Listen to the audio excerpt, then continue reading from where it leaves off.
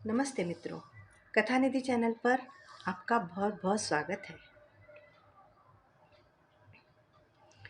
आज फिर आपके सामने उपस्थित हूँ, लेकिन कोई नई कहानी लेकर नहीं, बल्कि एक बहुत पुरानी कहानी जिसे लिखा है कहानियों के बादशाह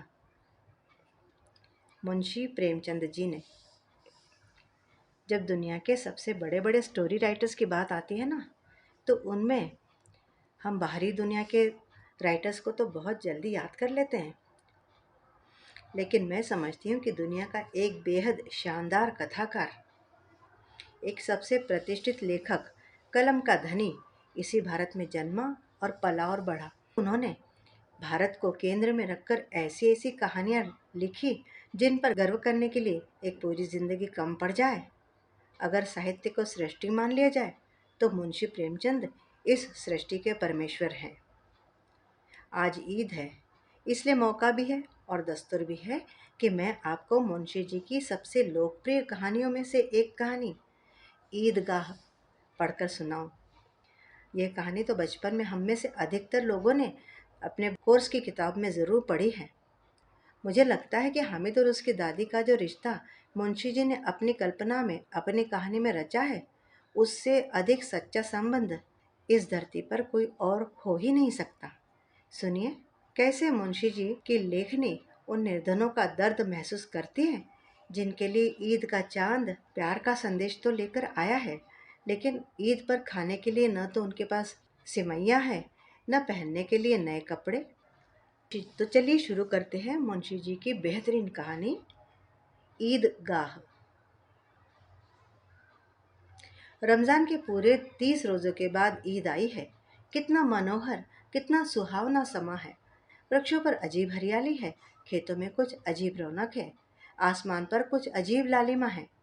आज का सूर्य देखो, कितना प्यारा, कितना शीतल है, यानी कि संसार को ईद की बधाई दे रहा है। गांव में कितनी हलचल है। ईदगाह जाने की तैयारियां हो रही हैं। किसी के कुर्ते में बटन नहीं है, पड़ोस के घर से सुई धागा लेने दौड़ा जा रहा है। किसी के जूते कड़े हो गए हैं, उनमें तेल डालने के लिए तेली के घर भागा जाता है। जल्दी जल्दी बैलों को सानी पानी दे दे, ईदगाह से लौटते लौटते दोपहर हो जाएगी। 3 कोस का पैदल रास्ता, फिर सैकड़ों आदमियों से मिलना, भेंटना, दोपहर के पहले लौटना तो असंभव है। गांव में लड़के सबसे ज्यादा प्रसन्न हैं। किसी ने एक रोजा रखा है, तो किसी ने आधे दिन का यानी कि दोपहर तक का ही, किसी ने तो वह भी नहीं। लेकिन ईदगाह जाने की खुशी बहुत बड़ी है। रोजे बड़े बूढ़ों के लिए होंगे, उनके लिए तो ईद है। रोज ईद का नाम रटते थे, आज वह आ गई। अब जल्दी पड़ी है कि लोग ईदगाह क्यों नहीं चलते। इन्हें गृहस्थी की चिंता से क्या प्रयोजन। महीनों से दूध और शक्कर नहीं है घर में, इनकी बला से ये तो समैया खाएंगे। वो क्या जाने अब्बा जान क्यों बदहवास चौधरी कायम अली के घर दौड़े जा रहे। उन्हें क्या खबर कि चौधरी की आंखें बदलने से ये सारी ईद मुहर्रम हो जाए। उनकी अपनी जेबों में तो कुबेर का धन भरा हुआ है। बार बार जैसे अपना अपना खजाना निकाल कर गिनते हैं और खुश होकर फिर रख लेते हैं। महमूद गिनता है, 1, 2, 12, 12 पैसे हैं। नूरे के पास 1, 2, 3, 8, 9, 15 पैसे हैं। इन्हीं अनगिनती पैसों से अनगिनती चीजें लाएंगे, खिलौने, मिठाइयाँ, गेंद और जाने क्या क्या। और सबसे ज्यादा प्रसन्न है हामिद, वह 4-5 साल का गरीब, खूबसूरत, दुबला पतला लड़का, जिसका बाप गत वर्ष हैजे की भेंट हो गया था और माँ न जाने क्यों पीली होती होती एक दिन मर गई। किसी को नहीं पता क्या बीमारी थी, कहती तो कौन सुनने वाला था। दिल पर जो कुछ बीतती थी वह दिल में ही सहती थी, और जब न सहा गया तो संसार से विदा हो गई। अब हामिद अपनी बूढ़ी दादी अमीना की गोद में सोता है। वह उतना ही प्रसन्न है।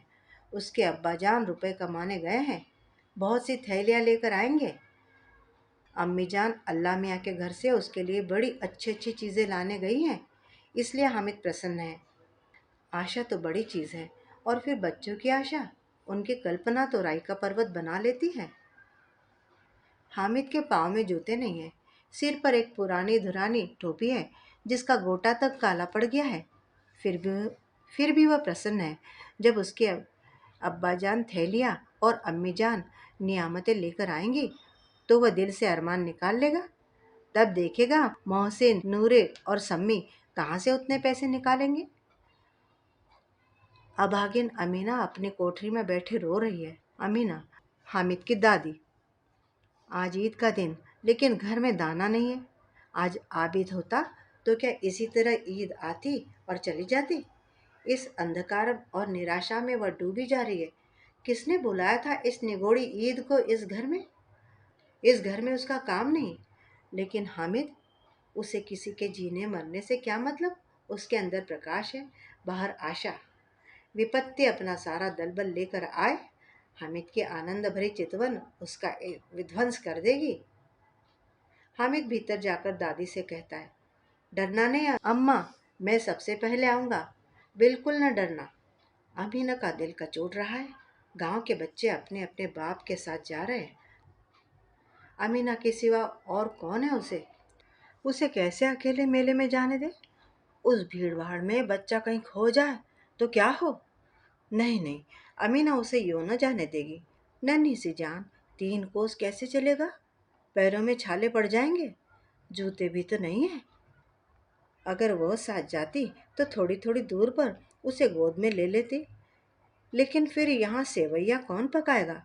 पैसे होते तो लौटते लौटते सब सामग्री जमा करके चटपट बना लेती।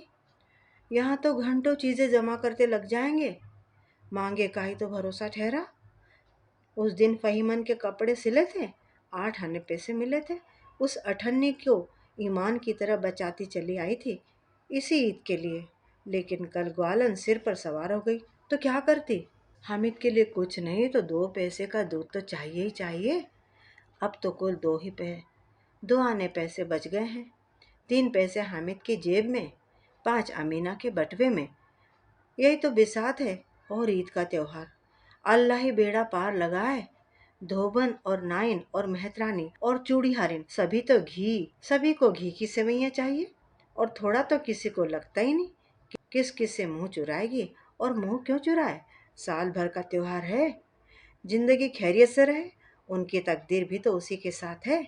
बच्चे को खुदा सलामत रखे। गांव से मेला चला। बच्चों के साथ हामिद भी जा रहा था। बच्चे कभी सबके आगे दौड़ते हुए निकल जाते, फिर किसी पेड़ के नीचे खड़े होकर साथ वालों का इंतजार करते। ये लोग क्यों इतना धीरे धीरे चल रहे हैं। हामिद के पैरों में तो जैसे पर लग गए हैं। वो कभी थक सकता है भला। शहर का दामन आ गया। सड़क के दोनों ओर अमीरों के बगीचे हैं। पक्की 4 दीवारी बनी हुई है। पेड़ों में आम और लीचियां लगी हुई है। कभी कभी कोई लड़का कंकड़ी उठाकर आम पर निशान लगाता है। माली अंदर से गाली देता हुआ निकलता है। लड़के वहां से एक फरलांग दूर है। खूब हंसते हैं। माली को कैसा उल्लू बनाया। ये बड़ी बड़ी इमारतें आने लगी। ये अदालत है। ये कॉलेज। ये क्लब घर है।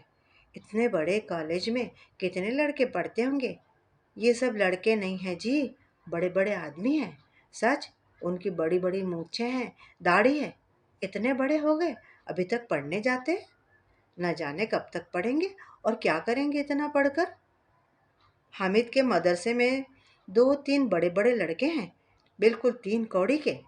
रोज मार खाते हैं, काम से जी चुराने वाले। इस जगह भी उसी तरह के लोग होंगे और क्या। क्लब घर में जादू होता है। सुना है यहाँ मुर्दों की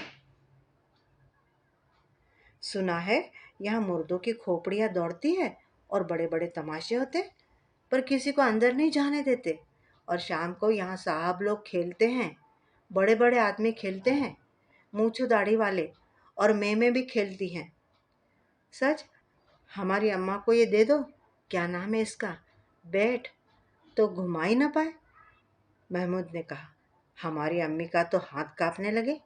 अल्लाह कसम, मनो आटा पीस डालती है। यह बैट पकड़ेगी तो क्या, सैकड़ों घड़े पानी रोज निकालती है। यह बैट पकड़ लेगी, सैकड़ों घड़े पानी रोज निकालती है। 5 घड़े तो तेरी भैंस पी जाती है। किसी मेम को 1 घड़ा पानी भरना पड़े तो आंखों तक अंधेरा आ जाए। लेकिन दौड़ती तो नहीं, उछल कूद तो नहीं सकती। हाँ, उछल कूद तो नहीं सकती, लेकिन उस दिन मेरी गाय खुल गई थी और चौधरी के खेत में जा पड़ी थी। अम्मा इतनी तेज दौड़ी कि मैं उन्हें ना पा सका। इसी बीच आगे हलवाइयों की दुकानें शुरू हुई। आज खूब सजी हुई थी। इतनी मिठाइयाँ कौन खाता है। देखो ना, एक एक दुकान पर मनो होंगी।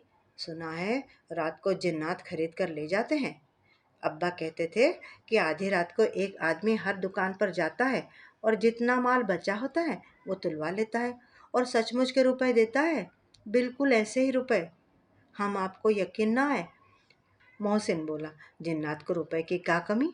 किस खजाने से चाहे ले जाए, लोहे के दरवाजे तक उन्हें रोक नहीं सकते जनाब। आप है किस फेर में। हीरे जवाहरात तक उनके पास रहते हैं। जिससे खुश हो जाए उसे टोकरो जवाहरात दे जाए। अभी यहीं बैठे हैं, 5 मिनट में कलकत्ता पहुंच जाए। हामिद ने फिर पूछा, जिन्नात बहुत बड़े होते हैं। हाँ, एक सिर आसमान के बराबर होता है जी। जमीन पर खड़ा हो जाए तो उसका सिर आसमान से जा लगे और चाहे तो आप एक लोटे में घुस जाए।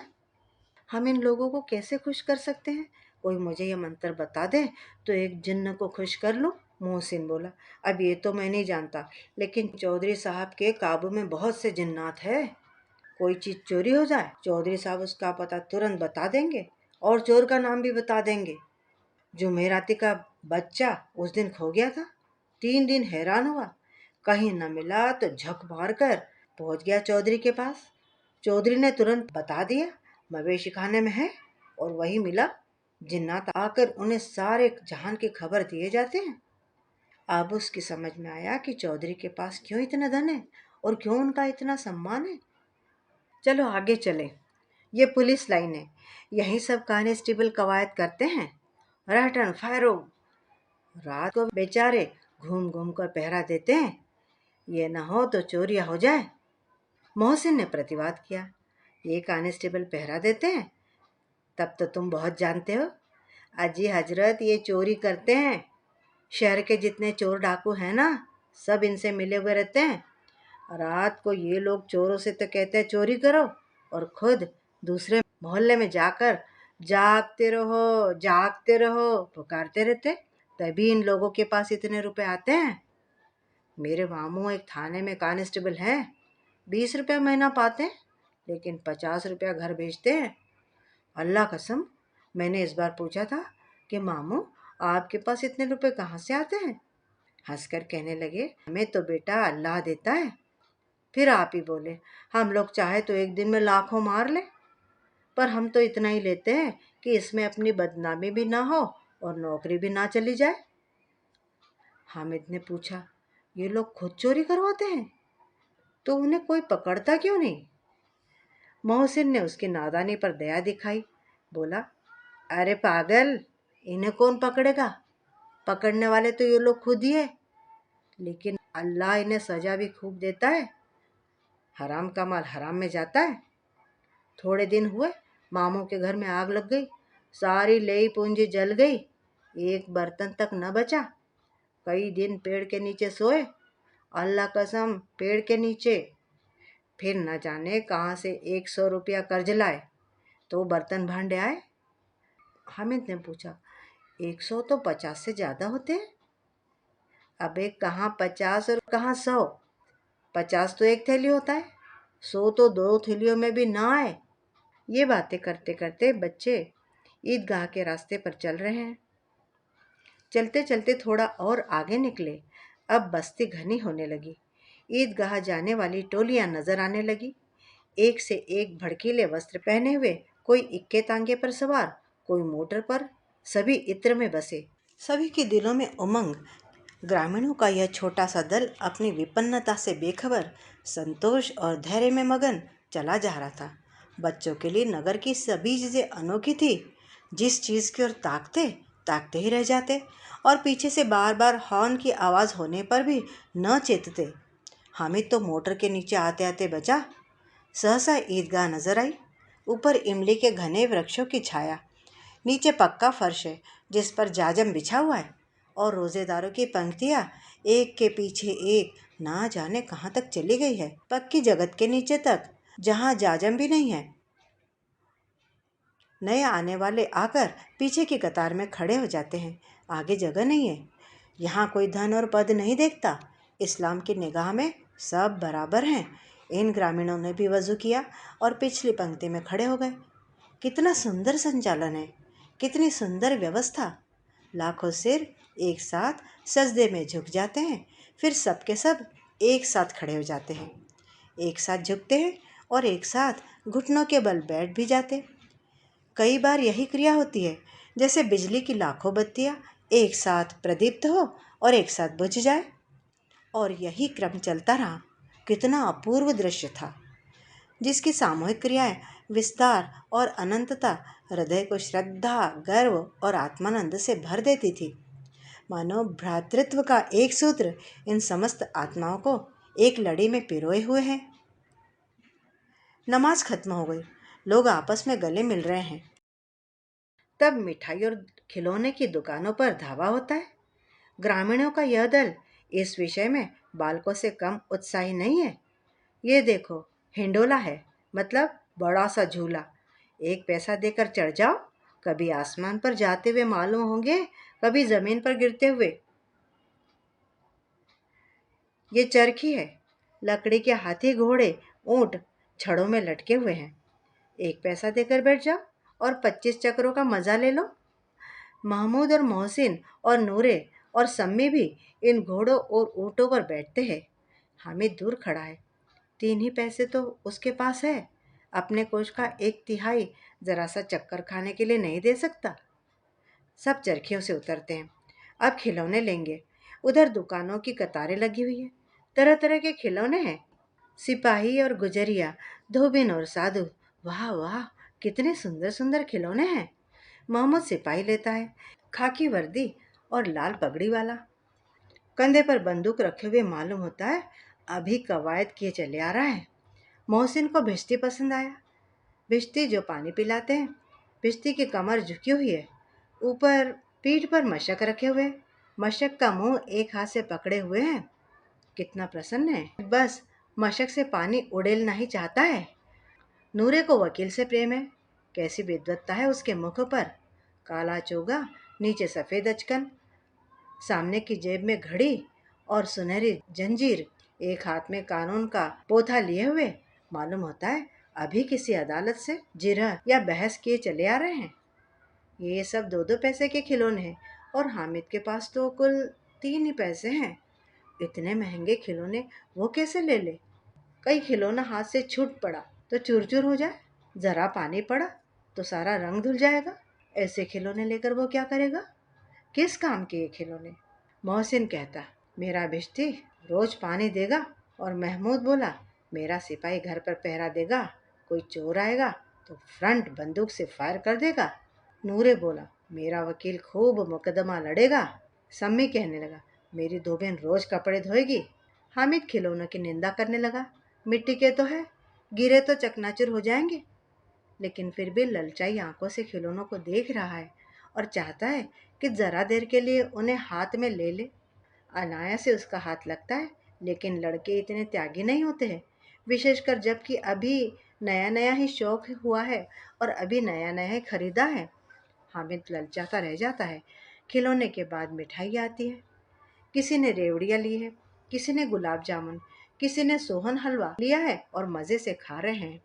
हामिद सारी बिरादरी से पृथक है, अलग है। उसके पास सिर्फ 3 पैसे हैं। मोहसिन ने उसे बुलाया, आ, ये रेवड़ी ले जा, कितनी खुशबूदार है। हामिद को कुछ संदेह हुआ, कैसा क्रूर विनोद किया है मोहसिन ने। हामिद सोचता है मोहसिन इतना उदार तो नहीं है, लेकिन यह जानकर भी वो उसके पास चला गया। मोहसिन दोने से एक रेवड़ी निकालकर हामिद की ओर बढ़ाने लगा। हामिद ने हाथ फैलाया। मोहसिन ने रेवड़ी अपने मुंह में रख ली। महमूद, नूरे और सम्मी खूब तालियां बजा बजा कर हंसने लगे। हामिद खिसिया गया। मोहसिन बोला, अच्छा आपकी ज़रूर देंगे हामिद, अल्लाह कसम से आपकी ज़रूर देंगे। हामिद, रखे रहो अपने पास, क्या मेरे पास पैसे नहीं हैं।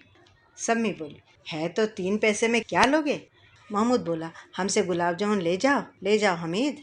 हामिद बोला, मिठाई में कौन सी बड़ी नेमत है, किताब में इसकी कितनी बुराइयाँ लिखी हुई है। मोहसिन बोला, दिल में कह रहे हो कि मिले तो खा लो, अपने पैसे क्यों नहीं निकालते। महमूद बोला, हम समझते इसकी चाल, कि जब हमारे पैसे खर्च हो जाएंगे तो हमें ललचा ललचा कर खाएगा। मिठाइयों के बाद कुछ दुकानें लोहे की चीज़ों की, कुछ गिलट और कुछ नकली गहनों की। लड़कों के लिए यहाँ कोई आकर्षण न था। वे सब आगे बढ़ गए। हामिद लोहे की दुकान पर रुक गया। वहाँ कई चिमटे रखे हुए थे। उसे ख्याल आया, दादी के पास चिमटा नहीं है। तवे से रोटियां उतारती हैं तो हाथ जल जाता है।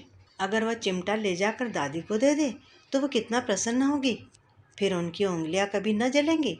घर में एक काम की चीज़ हो जाएगी। खिलौने से क्या फ़ायदा, व्यर्थ में पैसे खराब होते। ज़रा देर की ही तो खुशी होती है। फिर तो खिलौने को कोई आँख उठाकर देखता भी नहीं। ये तो घर पहुँचते पहुँचते टूट फूट कर बराबर हो जाएंगे। या छोटे बच्चे जो मेले में नहीं आए हैं जिद करके ले लेंगे और तोड़ डालेंगे। चिमटा कितने काम की चीज़ है। रोटियां तवे से उतार लो, चूल्हे में सेक लो। कोई आग मांगने आए तो चटपट चूल्हे से आग निकाल कर उसे दे दो। पहले ज़माने में आग मांगने का रिवाज था। आज हम लोगों को आग मांगने का रिवाज या इसके बारे में कुछ पता नहीं है। लेकिन अक्सर ऐसा होता था कि अगर किसी के चूल्हे की आग ठंडी पड़ जाती थी तो पहले के लोग एक दूसरे से, पड़ोसी के घर से चूल्हे से आग मांग कर ले जाते थे। अपना चूल्हा उसी आग से जला लेते थे। तुम्हारा चूल्हा ठंडा है तो हमसे आग ले जाओ। इस तरह की साझेदारियाँ होती थी। गांव में अभी भी किसी एक के घर का दुख पूरा मोहल्ला बांट लेता है। खैर, हामिद के साथी आगे बढ़ गए हैं। सबीर पर सबके सब शरबत पी रहे। हामिद ने सोचा, देखो सब कितने लालची हैं। इतनी मिठाइयाँ ली, मुझे किसी ने एक भी ना दी। उस पर कहते हैं मेरे साथ खेलो, मेरा ये काम कर दो। अब अगर किसी ने कोई काम करने को कहा तब पूछूंगा, खाए अपनी मिठाई। अपने आप ही मुंह सड़ेगा, फोड़े फुंसियाँ निकलेंगी, आप ही जबान चटोरी हो जाएगी। तब घर से पैसे चुरा लेंगे और मार खाएंगे। किताबों में झूठी बातें थोड़ी लिखी है, मेरी जबान क्यों खराब होगी। अम्मा चिमटा देखती दौड़कर मेरे हाथ से ले लेंगी और कहेंगी, मेरा बच्चा अम्मा के लिए चिमटा लाया है, कितना अच्छा लड़का है। इन लोगों के खिलौने पर इन्हें कौन दुआएं देगा। बड़ों की दुआएं सीधे अल्लाह के दरबार में पहुंचती है और तुरंत सुनी जाती है। मेरे पास पैसे नहीं है तभी तो मोहसिन और महमूद यूं अकड़ते हैं। मैं भी उनसे मिजाज दिखाऊंगा। उन्होंने खेल खिलौने लिए, मिठाई खाई है। मैं किसी का मिजाज क्यों सहूं। मैं गरीब से ही किसी से कुछ मांगने तो नहीं जाता। मेरे अब्बा भी आएंगे आखिर एक दिन, अम्मा भी आएंगी। फिर इन लोगों से पूछूंगा, कितने खिलौने लोगे। एक एक को टोकरियों खिलौने दूं और दिखा दूं कि दोस्तों के साथ इस तरह सलूक किया जाता है। ये नहीं कि एक पैसे की रेवड़ियाँ ली तो चिड़ा चिड़ा कर खाने लगे। ये सब के सब हंसेंगे कि हामिद ने चिमटा लिया है। हंसे मेरी बला से। उसने दुकानदार से पूछा, ये चिमटा कितने का है। दुकानदार ने उसकी ओर देखा और उसके साथ कोई आदमी साथ न देखकर कहा, तुम्हारे काम का नहीं है। बिकाऊ है कि नहीं। बिकाऊ क्यों नहीं है, और यहाँ क्यों लाद के लाए हम। तो बताते क्यों नहीं कितने पैसे का है। 6 पैसे लगेंगे। सुनकर हामिद का दिल बैठ गया। 5 पैसे लगेंगे, लेना हो तो लो, नहीं तो चलते बनो। हामिद ने कलेजे को बहुत मजबूत करके कहा, 3 पैसे लोगे। ये कहता हुआ वह आगे बढ़ गया कि दुकानदार की घुड़कियां न सुनने को मिले। लेकिन दुकानदार ने पीछे से घुड़कियां नहीं दी बल्कि बुलाकर चिमटा दे दिया। हामिद ने उसे इस तरह कंधे पर रखा मानो बंदूक है और शान से अकड़ता हुआ संगियों के पास आया। अब जरा सुनते हैं कि सबके सब क्या आलोचना करते हैं। मोहसिन ने हंसकर कहा, चिमटा क्यों लाया पगले, इसे क्या करेगा। हामिद ने चिमटे को जमीन पर जोर से पटक कर कहा, जरा अपने भिस्ती को जमीन पर गिरा, चूर चूर हो जाएगा। महमूद बोला, तो ये चिमटा कोई खिलौना है क्या। हामिद बोला, खिलौना क्यों नहीं है, अभी कंधे पर रखा, बंदूक हो गई, हाथ में ले लिया, फकीरों का चिमटा हो गया। चाहूँ तो इससे मजीरे का काम भी ले सकता हूँ। अरे एक चिमटा जमा दूँ तो तुम लोगों के सारे खिलौनों की जान निकल जाए। तुम्हारे खिलौने कितना ही जोर लगा है, मेरे चिमटे का बाल भी बांका नहीं कर सकते। मेरा बहादुर शेर है चिमटा। सम्मी ने खंजरी ली थी, वो बजाने वाली। वह चिमटे से प्रभावित होकर बोला, मेरी खंजरी से बदलोगे तुम्हारा चिमटा। हामिद ने खंजरी की ओर उपेक्षा भाव से देखा। बोला, मेरा चिमटा चाहे तो तुम्हारी खंजरी का पेट फाड़ डाले। बस एक चमड़े की झिल्ली लगा दी और ढप ढप बोलने लगी। जरा सा पानी लग जाए तो खेल खत्म हो जाएगा।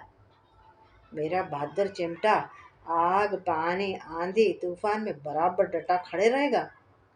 चिमटे ने सभी को मोहित कर लिया, लेकिन अब पैसे किसके पास धरे हैं। फिर मेले से दूर निकल आए हैं। 9 कब के बज गए हैं। धूप तेज हो रही है। घर पहुंचने की जल्दी हो रही है। बाप से अब जिद भी करे तो चिमटा नहीं मिल सकता। हामिद है बड़ा चालाक, इसीलिए बदमाश ने अपने पैसे बचा कर रखे थे। अब बालकों के 2 दल हो गए हैं। मोहसिन महमूद और नूरे एक तरफ है। सम्मी भी थोड़ा तो उनकी तरफ है ही। हामिद अकेला दूसरी तरफ शास्त्रार्थ हो रहा है। सम्मी तो जैसे विधर्मी हो गया, दूसरे पक्ष से जा मिला। लेकिन मोहसिन महमूद और नूरे हामिद से एक एक 2 2 साल बड़े होने पर भी हामिद के आघातों से आतंकित हो उठे। उसके पास न्याय का बल है और नीति की शक्ति। एक और मिट्टी है तो दूसरी ओर लोहा, जो इस वक्त अपने को फौलाद कह रहा है। वह अजेय है, घातक है। अगर कोई शेर आ जाए तो मियाँ भिश्ती के तो पसीने छूट जाए, मियाँ सिपाही भी बंदूक छोड़कर भाग जाए, वकील साहब की नानी मर जाए, चोगे में मुंह छिपा कर जमीन पर लेट जाएंगे। मगर ये चिमटा बहादुर, ये रुस्तमे हिंद, ये शेर की गर्दन पर सवार हो जाएगा और उसकी आंखें निकाल लेगा। मोहसिन ने कहा, जरा अपना चिमटा दो, हम भी तो देख ले। लो, तुम हमारा भिश्ती लेकर देख लो। महमूद और नूरे ने भी अपने अपने खिलौने पेश कर दिए। हामिद को इन शर्तों को मानने में कोई आपत्ति न थी। चिमटा बारी बारी से सबके हाथ में गया और उनके खिलौने बारी बारी से हामिद के हाथ में आए। कितने खूबसूरत खिलौने हैं। हामिद ने हारने वालों के आंसू पोंछे। मैं तो तुम्हें चिढ़ा रहा था, सच ये चिमटा भला इन खिलौनों की क्या बराबरी करेगा। लेकिन मोहसिन को इस दिलासे से संतोष नहीं होता। चिमटे का सिक्का खूब बैठ गया है। चिपका हुआ टिकट अब पानी से टूट रहा है। मोहसिन, लेकिन इन खिलौनों के लिए कोई हमें दुआ तो न देगा। अरे तुम दुआ की कह रहे हो, महमूद बोला, उल्टे मार ना पड़े। अम्मा ज़रूर कहेगी मेले में मिट्टी के खिलौने मिले थे खरीदने को। हामिद को स्वीकार करना पड़ा कि खिलौनों को देखकर किसी की भी माँ इतनी खुश न होगी जितनी दादी चिमटे को देखकर होगी। 11 बजे गांव में हलचल मच गई। मेले वाले आ गए। मोहसिन की छोटी बहन दौड़कर उसके पास आई और उसके हाथ से भिश्ती छीन लिया। वो मारे खुशी के जा उछली तो मियाँ भिश्ती नीचे आ रहे और सुरलोक सिधारे। इस पर भाई बहन में मारपीट खूब हुई। दोनों खूब रोए। जब उनकी अम्मा ने उनका ये शोर सुना तो खूब बिगड़ी और दोनों को ऊपर से 2 2 चांटे और लगाए। मियाँ नूरे के वकील का अंत उनके प्रतिष्ठा अनुकूल इससे ज्यादा गौरवमय ही हुआ। वकील जमीन पर या ताक पर बैठ ही नहीं सकता था। उसकी मर्यादा का विचार तो करना ही होगा। दीवार में खुंटियां गाड़ी गई। उन पर लकड़ी का एक एक पटरा रखा गया। पटरे पर कागज का कालीन बिछाया गया। वकील साहब राजा भोज की भांति सिंहासन पर विराजे। नूरे ने उन्हें पंखा जलना शुरू कर दिया। अदालतों में खस की टट्टियां और बिजली के पंखे रहते हैं। क्या यहाँ मामूली पंखा भी ना हो? कानून की गर्मी दिमाग पर चढ़ जाएगी। बांस का पंखा आया और नूरे लगे अपने वकील साहब को हवा करने। लेकिन पंखे की चोट से वकील साहब स्वर्गलोक से मृत्युलोक में आ रहे और उनकी माटी का चोला माटी में मिल गया। फिर बड़े जोर शोर से मातम हुआ और वकील साहब की अस्थि घूरे पर डाल दी गई। अब रहा महमूद का सिपाही। उसे चटपट गांव का पहरा देने का चार्ज मिल गया। लेकिन पुलिस का सिपाही कोई साधारण व्यक्ति तो है नहीं जो अपने पैरों पर चले। वो तो पालकी पर चलेगा। एक टोकरी आई। उसमें कुछ लाल रंग के फटे पुराने चिथड़े बिछाए गए जिसमें सिपाही साहब आराम से लेटे। नूरे ने ये टोकरी उठाई और अपने द्वार का चक्कर लगाने लगे। उनके दोनों छोटे भाई सिपाही की तरह जागते रहो पुकारते चलते रहे। मगर रात तो अंधेरी ही होनी चाहिए। महमूद को ठोकर लग गई। टोकरी उसके हाथ से छूटकर गिर पड़ी और मियाँ सिपाही अपनी बंदूक लिए जमीन पर आ गिरे। उनकी एक टांग में विकार आ गया। महमूद को ज्ञात हुआ कि वो तो अच्छा डॉक्टर है। उसको ऐसा मरहम मिल गया जिससे वो टूटी टांग को आनन फानन में जोड़ सकता है। केवल गूलर का दूध चाहिए बस। गूलर का दूध लाकर टांग को जोड़ा गया, लेकिन टांग ने जवाब दे दिया, शल्य क्रिया या सर्जरी असफल हो गई। तब महमूद ने उसकी दूसरी टांग भी तोड़ दी। अब कम से कम एक जगह आराम से बैठ तो सकता है। एक टांग से ना तो चल सकता था, ना बैठ ही सकता था। अब वह सिपाही सन्यासी हो गया है। अपनी जगह पर बैठा बैठा पहरा देता है। कभी कभी देवता भी बन जाता है। उसके सिर का झालरदार साफा खुरच दिया गया है। अब उसका जितना रूपांतर चाहो कर सकते हो। कभी कभी तो उससे बाट का काम भी लिया जाता है। बाट, वही तराजू वाले बाट। अब इधर हामिद मियाँ का हाल सुनिए। हामिद ने घर पे जाकर पुकारा, अम्मा। दादी उसकी आवाज सुनते ही दौड़ी आई और उसे गोद में उठाकर प्यार करने लगी कि सहसा उसके हाथ में चिमटा देखकर वह चौंक गई। चिमटा कहाँ से लिया? मोल लिया है? क्या मूल्य है? क्या पैसे में लिया? 3 पैसे। अमीना ने छाती पीट ली। ये कैसा बेसमझ लड़का है कि दोपहर हुआ, कुछ खाया न पिया, लाया क्या? चिमटा। सारे मेले में तुझे और कोई चीज न मिली जो यह लोहे का चिमटा उठा लाया? हामिद ने अपराधी भाव से कहा, अम्मा, तुम्हारी उंगलियां तवे से जल जाती थी, इसलिए मैंने इसे ले लिया। बुढ़िया का क्रोध तुरंत स्नेह में बदल गया और उसने स्नेह से अपनी सारी कसक शब्दों में बिखेर दी। वह मूक स्नेह था, खूब ठोस रस और स्वाद से भरा हुआ। बच्चे में कितना त्याग, कितना सद्भाव और कितना विवेक है। दूसरों को खिलौने लेते देख और मिठाई खाते देखकर इसका मन कितना ललचाया होगा। कैसे बर्दाश्त किया इसने? कैसे इसे पहले में भी इसे अपनी बुढ़िया दादी की याद बनी रही। अमीना का मन सोच सोच कर गदगद हो गया। अब एक बड़ी विचित्र बात हुई। हामिदा के इस चिमटे से भी ज्यादा विचित्र। बच्चे हामिद ने बूढ़े हामिद का पार्ट खेला था। बुढ़िया अमीना बालिका अमीना बन गई। वह रोने लगी, दामन फैलाकर हामिद को दुआएं देती जाती थी और आंसू की बड़ी बड़ी बूंदें गिराती जाती थी। हामिद इसका रहस्य क्या समझता है? मित्रों, अभी आप सुन रहे थे कहानी ईदगाह। उम्मीद है कहानी तो आपको पसंद आई ही होगी। कमेंट करके बताइएगा ज़रूर। हामिद का अपने मन पर कंट्रोल और अपनी ली हुई चीज़ के लिए दिए हुए तर्क हमारे मन को छू जाते हैं। कमेंट करके आप भी बताइए आपको इस कहानी को सुनकर कैसा लगा। चैनल पर नए हैं तो चैनल को सब्सक्राइब भी ज़रूर कर लीजिएगा। मिलती हूँ जल्दी ही एक और बढ़िया सी कहानी के साथ। तब तक विदा। आपका दिन शुभ हो।